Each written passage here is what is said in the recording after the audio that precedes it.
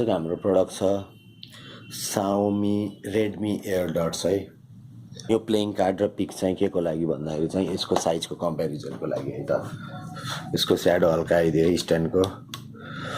I hope you understand. I am a lazy youtuber हैन। So अब start गरौँ है विदाउट मच अडु है। सो यसमा बक्सले यो मैले सिल एक्चुअली तोडेर हेरिसकेँ, बट यसलाई मैले चलाएको छ युज गरेको चाहिँ छैन है। बक्सको प्याकेजिङ यो छ, top bottom back front side है त। अनि ब्लुटुथ भर्जन 5.0 है, एकदम लेटेस्ट ब्लुटुथ भर्जन आएको छ। ट्रु वायरलेस हो, TWS भनेको ट्रु वायरलेस स्टिरियो है। अनि यसरी आउँछ यो। यसमा USB केबल हामीलाई केही दान गरेको छ भन्दा छैन। प्याकेजमा केही हामीलाई उपकार गरेको छैन, म्यानुअल मात्रै छ है। अनि इयरबड्सहरू छ अलिअलि। सो यो हो माल हाम्रो है त। यसमा अझै बढी लाइट पार्न पाए चाहिँ that would have been awesome है। म लाइट लगाउँछु।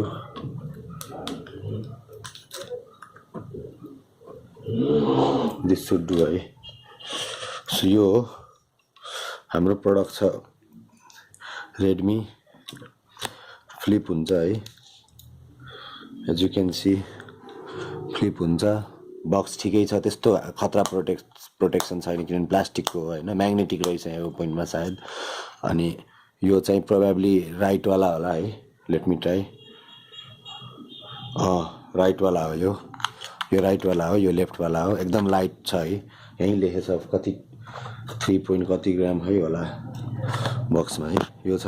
अनि यो चार्ज गर्नभन्दा पहिला चाहिँ यसको यहाँ म्याग्नेटिक यो चाहिँ कभर यसमा लगाएको चार्जिङ यो चाहिँ निकाल्नुपर्छ होइन। यो चाहिँ राइट रहेछ, यहीँ पनि लेखेको छ। यो निकालेपछि बल्ल यो चार्ज हुन्छ है त। सो चार्ज भइरहेको देखाएको छ, इन्डिकेट गरिरहेको छ है। यो पनि निकालिदिने। सो प्रोबेबली यो पनि चार्ज भएको देखाउँछ है। यी चार्ज भइरहेको छ। अब युजै गर्ने भएपछि यो राखेर नि के गर्ने है। Oh my god, that's a feeling है। यस। सो चार्ज भइरहेको छ है त। चार्जिङ पोर्ट पछाडि छ माइक्रो USB है। सायद 2 एम्पियरसम्म यसले सपोर्ट गर्न सक्छ होला नर्मल चार्जरबाट। सो यसको साउन्ड क्वालिटी चाहिँ मोर देन एभरेज छ, not the best but neither less than भनेर भनिरहेको छन् है गाउँघरमा होइन अरू युट्युबरहरूले। यही नै हो। सो मैले रिकमेन्ड गर्छु यो प्रडक्ट किनभने मैले चाहिँ यो नोभेम्बर 11 को सेलमा किनेको थिएँ है। यो दिस कस्ट मी अराउन्ड 2000 है, 1960 जस्तो परेको छ मलाई है, 1960। सायद यसको ल्याङ्ग्वेज चाइनिजमा छ होला होइन, किनभने बक्स पुरै चाइनिजमा छ होइन। पहिला पनि मैले Xiaomi को स्पोर्ट्स किनेको थिएँ 4000 रुपिजमा है। त्यो चाहिँ कहाँ छ भन्दा यहीँ छ। तर यो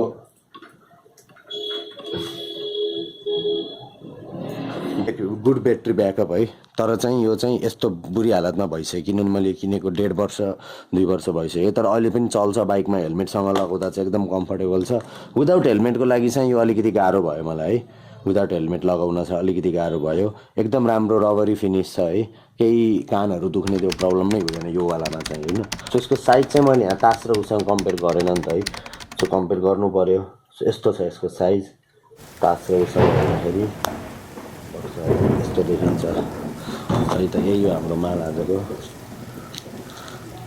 so how is it looking over there. यसको साउन्ड सुनेर भ्याएँ है, मैले यसको साउन्ड सुनेर भ्याएँ होइन। अब यसको चाहिँ साउन्डलाई रेटिङ दिनु पऱ्यो भने यसको प्राइस फ्याक्टरलाई हेरेर रेटिङ दिनु पऱ्यो भने चाहिँ म 8 आउट अफ 10 दिन्छु है।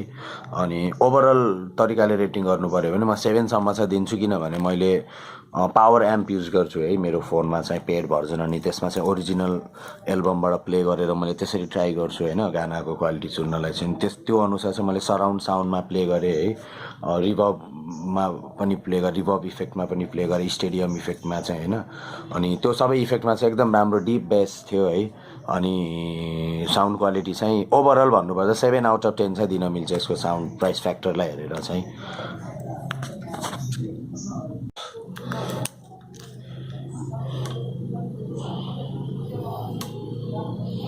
ल थ्याङ्क्स गाइज है। सो मैले 1 शटमै भिडियो बनाउन कोसिस गरेको थिएँ। So it went well.